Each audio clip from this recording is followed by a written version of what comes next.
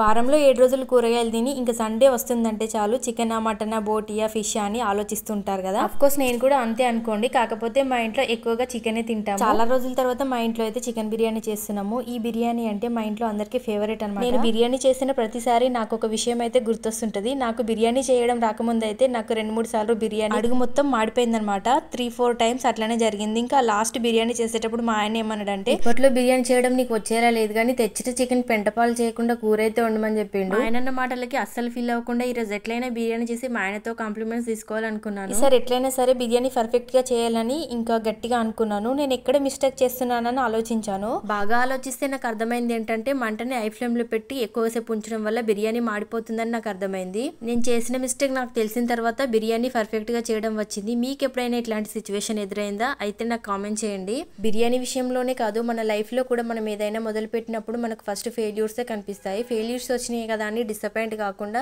ఓపికతో ఆ వర్క్ ని కంటిన్యూ చేస్తేనే మనము ఫ్యూచర్ లో సక్సెస్ అనేది చూడగలము. నేను చెప్పింది నిజమా కాదా కామెంట్ చేయండి.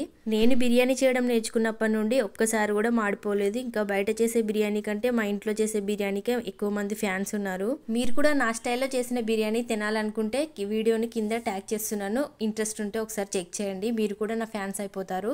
అంత బాగుంటుంది టేస్ట్ అయితే.